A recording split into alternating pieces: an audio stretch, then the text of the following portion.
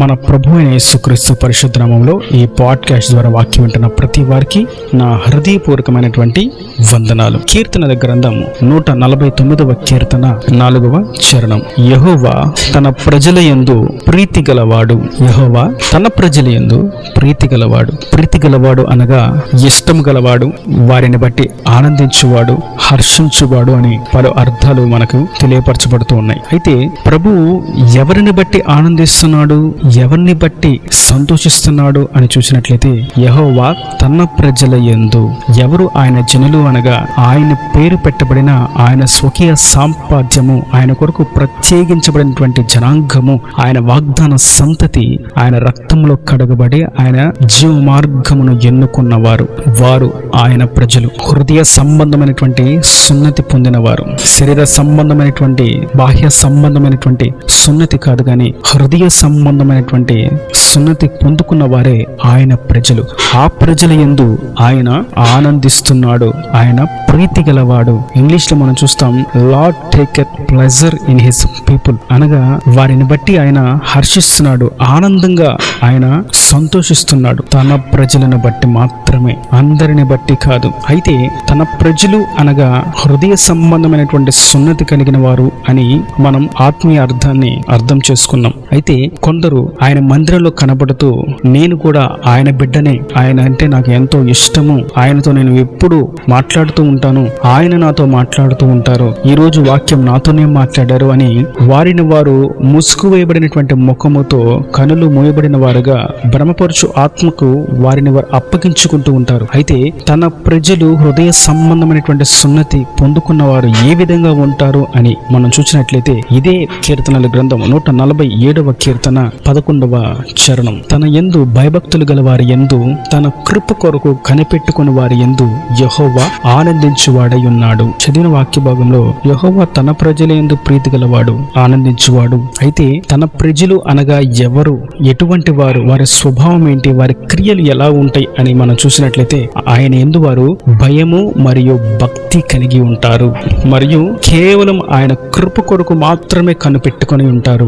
భయము మనుషులను బట్టి కాదు గాని ఆయన వాక్యాన్ని బట్టి, ఆయన చూస్తున్నాడు, ఆయన వింటున్నాడు, ఆయన కనులకు మరుగై ఉన్నది ఏదీ లేదు అని పాపమును విడిచి దూరముగా పరిగెత్తు వారే భయము కలిగిన వారు. మనుషులెవరూ చూడట్లేదు, దేవునికి కూడా నేను కనబడను అని చీకటిలో చేయకూడనటువంటి పనులు చేస్తూ ఉంటే ప్రభు అంటున్నారు, నీవు భయము లేనటువంటి భక్తుడవు అని, భయము లేనటువంటి విశ్వాసివి అని. అయితే ఆయన ప్రజల యందు ఆయన ఆనందిస్తున్నాడు అనగా ఆయన ప్రజలు ఆయనకు భయపడుతూ ఉంటారు ఎల్లవేళలా. ఇది నా దేవుని చిత్తమా కాదా, ఇది చేస్తే నా దేవునికి నేను నచ్చుతానా లేదా అని ఎల్లవేళలా ఆయనను సంతోషపరిచేటువంటి విషయాల గురించి ఆలోచిస్తూ, ధ్యానిస్తూ, ఆ ప్రకారం అడుగు వేస్తూ, ఆయన మెల్లని స్వరాన్ని వింటూ అడుగు వేస్తూ ఉంటారు.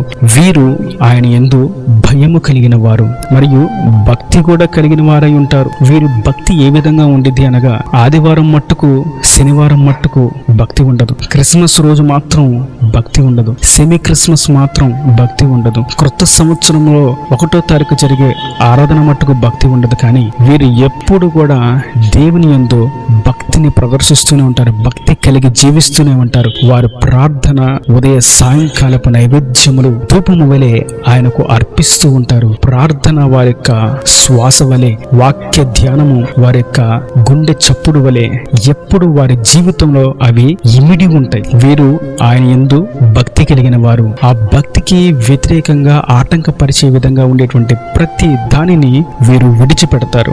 అది వ్యాపారమైన, ఉద్యోగమైన, సహవాసాలైనా, దురలవాట్లైనా, ఇక ఏ ఇతరత్ర లోక సంబంధమైనటువంటి శాపక్రియలైనా, అపవాది తంత్రాలైనా సమస్తమును వారు విడిచిపెడతారు. కారణం భక్తితో జీవించే జీవితం ఆయనకు ఇష్టము కనుక మనము భక్తితో ఉండాలనేటువంటి తీర్మానంతో అడుగు వేస్తున్నారు కనుక వాటన్నిటిని గుర్తించి ప్రక్కన ఉంచుతారు.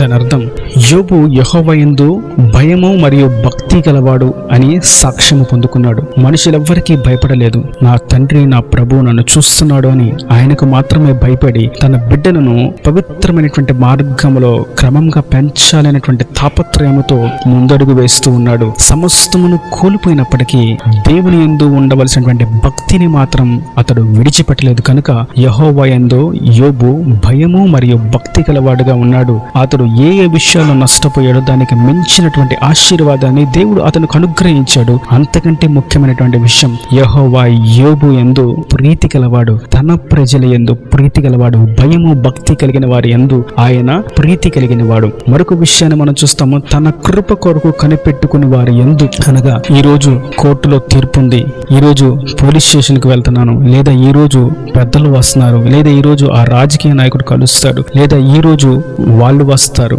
ఈ రోజు వీళ్ళు వస్తారని మనుషుల యొక్క దయ కొరకు, మనుషుల యొక్క సహాయం కొరకు కనిపెట్టుకుని ఉండలేదు. ఈ రోజు మా కొరకు ఆ అధికారి వస్తాడు, ఈ అధికారి వస్తాడు, మా బంధువులు వస్తారు, మా బలగం వస్తుంది, మా మతస్థులు వస్తున్నారు, మా కులస్తులు వస్తున్నారు, మా ఇంటి పేరటి వారు వస్తున్నారు అని మనుషుల కృప కొరకు, మనుషుల సహాయం కొరకు కనిపెట్టుకుని వారు కానే కాదు, కేవలం దేవుని యొక్క కృప కొరకు మాత్రమే కనిపెట్టుకుని ఉండేవారు. ఎన్ని నష్టాలు కలిగినా, ఎన్ని ప్రతికూల పరిస్థితులు ఎదురైనా, ఎంత అవమానపరిచినా, ఎన్ని అపజయాలకు గురి చేసేటువంటి పరిస్థితులు మనుషులు చుట్టూ నిలబడి ఉన్నప్పటికీ ప్రభువే వీటి విషయమై న్యాయము తీర్చువాడు, బాధపరచబడు వారికి ఆయన త్వరగా న్యాయము తీరుస్తాడు అని ఆయన కృప కొరకు మాత్రమే కనిపెట్టుకుని ఉండు వారి యందు ఆయన ఆనందించువాడు, ఆయన ప్రీతి గలవాడు. నేడు మనం చూస్తూ ఉంటే మనుషులకు దేవుని యొక్క సహాయం కంటే, దేవుని యొక్క కృప కంటే, దేవుని యొక్క కార్యాల కంటే మనుషుల యొక్క కార్యాలు, మనుషుల యొక్క దయ, మనుషుల యొక్క క్రియలు ఇష్టముగా మార్చబడిపోతూ ఉన్నాయి. క్రిస్మస్ కి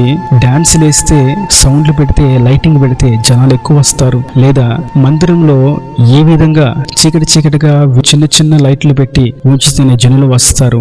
వారి కొరకు దేవుని యొక్క పవిత్రతను, పరిశుద్ధతను, జీవము కలిగినటువంటి దేవుని యొక్క ఆజ్ఞలను, కట్టడలను, విధులను ప్రక్కన పెట్టి దైవ విరుద్ధమైనటువంటి క్రియలు జరిగించడానికి అడుగు వేస్తూ ఉంటే అది ఆయన కృప కొరకు కనిపెట్టుకుని ఉండట కానే కాదు. ఆయన కృప కొరకు కనిపెట్టుకున్న వారు నష్టము కలిగిన, ఓటమి ఎదురైన, అవమానాలు ఎదురైన, కార్యాలకు అడ్డంకాలు కలిగించేటువంటి శత్రులు ఎదుట నిలబడిన కేవలం ఆయన కృప కొరకు మాత్రమే కనిపెట్టుకుని ఉంటారు.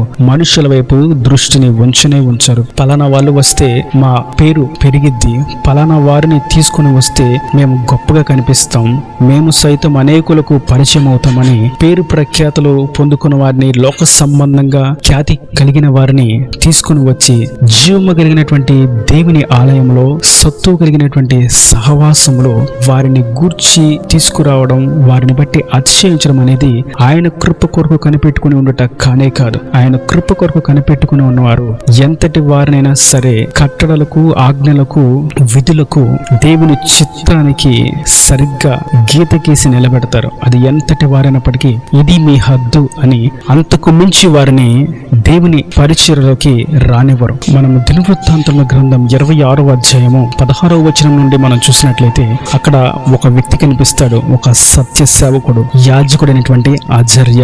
అతడు రాజును సైతం గద్దించాడు, ఇది నీ పని కాదు, ధూపపీఠము మీద ధూపము వేయట నీ పని కాదు, ఇది సేవకుని యొక్క పని, ఇది యాజకుని యొక్క విధి అని ఉజ్జియా అనేటువంటి రాజును సైతం గద్దించాడు, అతన్ని అడ్డగించాడు. అతడు నేను రాజుని, నేను ఏది చేసినా చెల్లుద్ది అన్న ఉద్రేకంతో, గర్వంతో, అహంకారముతో చేయకూడనటువంటి క్రియలను జరిగించడానికి ముందడుగు వేశాడు. కానీ అజర్య, ఇతడు రాజు, మందిరానికి కావలసిన వాటిని సమకూరుస్తాడు, ఈయన కృప ఉంటే నాకు ఇంకా అనేకమైనటువంటి బహుమానాలు వస్తాయి, నా పేరు ఇంకా మారుమ్రోగుతుంది, నాకు ఇంకా ఖ్యాతి వస్తుంది, నా స్థాయి పెరుగుతుంది, నా సింహాసనం పెద్ద చేయబడుతుంది, పరిచరు కావలసిన వాటిని సమకూరుస్తాడని ఉజ్జియా ఏది చేస్తే దానికి అజర్య అవును అనలేదు. దేవుని చిత్తానికి విరుద్ధంగా జరిగినటువంటి క్రియను అడ్డగించాడు, గద్దించాడు. అది చూసినటువంటి ప్రభువు ఉజ్జియా అనేటువంటి రాజుకు నొసటన కుష్టున కలుగు చేశాడు. కొన్ని దినములలోనే